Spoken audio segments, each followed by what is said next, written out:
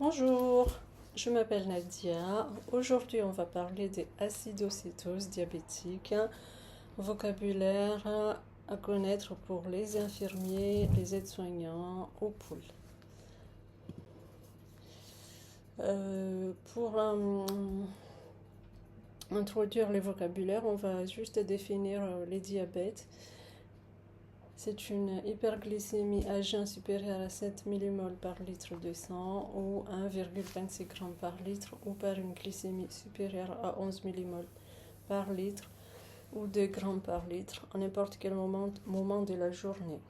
L'acidocétose diabétique associée ou non à un syndrome d'hyperglycémie hyperosmolaire est une complication du déséquilibre glycémique du diabète. Cause de l'acidocétose. Ça peut être une découverte d'un diabète, une observance thérapeutique, une infection. L'acidocétose diabétique survient par l'effet combiné de l'hyperglycémie et de l'installation d'une acidocétose associée à une hypercétonémie. L'acidocétose. Il faut savoir que sur le plan physiopathologique, l'acidocétose diabétique et la diurèse osmotique associée entraînent des pertes hydroélectrolytiques majeures et une déshydratation sévère. Les vocabulaires à connaître: cétonémie capillaire, présence de corps cétonique dans le sang capillaire, traduisant une utilisation excessive des graisses comme source d'énergie lors d'un déficit en glucose ou en insuline. Une augmentation excessive provoque une acidocétose diabétique. La cétonurie, présence des corps cétoniques, acétone dans les urines, indiquant une hyperglycémie sévère et un manque d'insuline nécessitant une prise en charge urgente.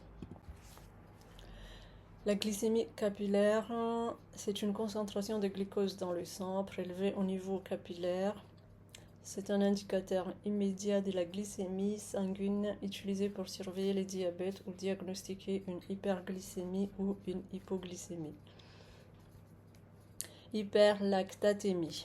C'est une élévation anormale du taux de lactate dans le sang, supérieure à 2 mmol par litre de sang, souvent liée à une hypoxie tissulaire, une insuffisance circulatoire ou à certains médicaments, exemples comme la metformine, peut évoluer vers une acidose lactique si elle n'est pas corrigée.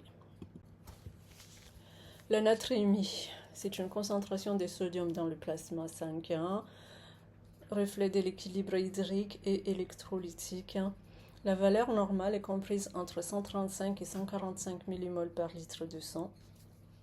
Hypovolémie, c'est une diminution du volume total de sang circulant, souvent due à une déshydratation ou à une perte liquidienne importante, exemple vomissement, hémorragie.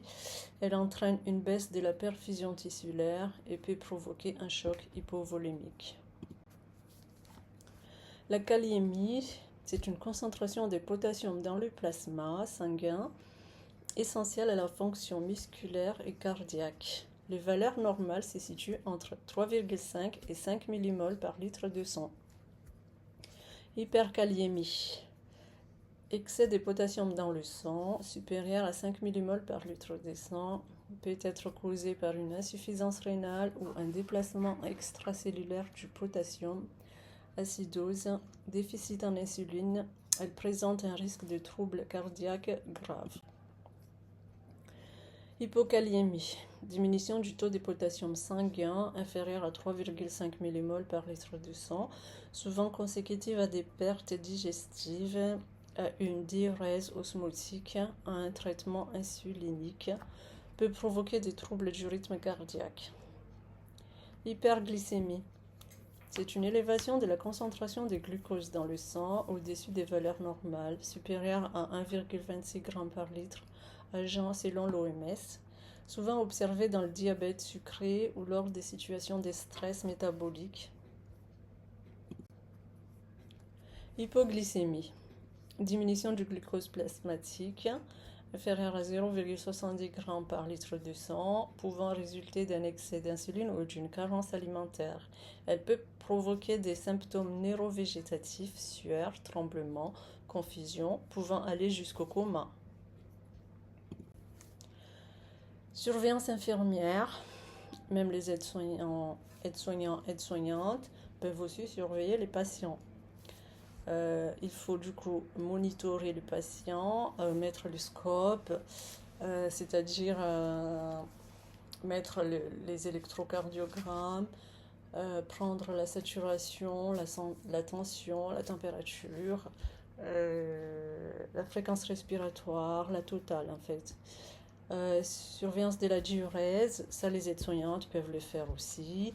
Surveillance de la glycémie et de l'acétonémie. Les AS peuvent aussi aider les infirmières. Surveillance de l'état clinique et paraclinique. Surveillance du taux de lactatémie.